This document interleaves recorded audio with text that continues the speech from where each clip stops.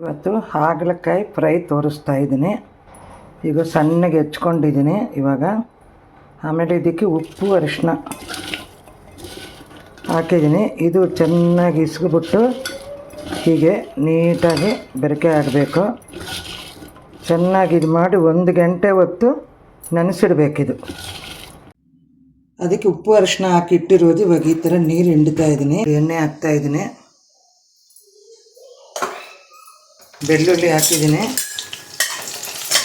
ಜೀರಿಗೆ ಆದರೂ ಹಾಕ್ಬೋದು. ನಾನು ಜೀರಿಗೆ ಪುಡಿ ಹಾಕ್ತೀನಿ ಒಗ್ಗರಣೆಗೆ. ಆಮೇಲೆ ಎಲ್ಲ ಆದಮೇಲೆ ಮತ್ತು ಇವಾಗ ಉಪ್ಪು ತೆಗೆದಿರೋದು, ಉಪ್ಪು ಅರಿಶಿನ ಹಾಕಿ ತೆಗೆದಿರೋದು ಹಿಂಡಿರೋದು ಇದಕ್ಕೆ ಹಾಕ್ತಾಯಿದ್ದೀನಿ.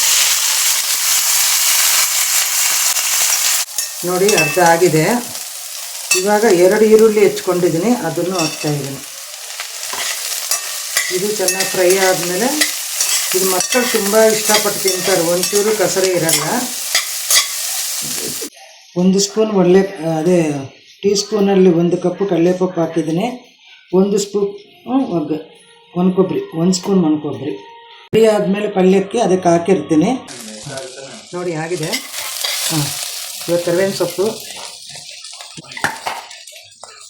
1 ಚಿಕ್ಕ ಸ್ಪೂನಲ್ಲಿ 2 ಸ್ಪೂನ್, ದೊಡ್ಡದಾದರೆ 1 ಸ್ಪೂನು, ಮತ್ತು ಅರ್ಧ ಸ್ಪೂನ್ ಜೀರಿಗೆ ಪುಡಿ, ಮತ್ತು ಅರ್ಧ ಸ್ಪೂನ್ ಉಪ್ಪು,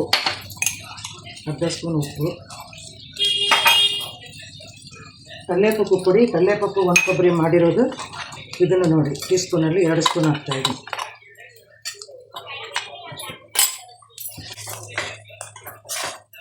ನೋಡಿ 5 ಆಗಿದೆ. ಎಲ್ಲ ಕಳಿಸಿದ್ದೀನಿ. 5 ನಿಮಿಷ ಇಟ್ಬಿಟ್ಟು ಆಫ್ ಮಾಡಿ. ಅನ್ನಕ್ಕೆ ತುಂಬ ಚೆನ್ನಾಗಿರುತ್ತೆ ಇದು.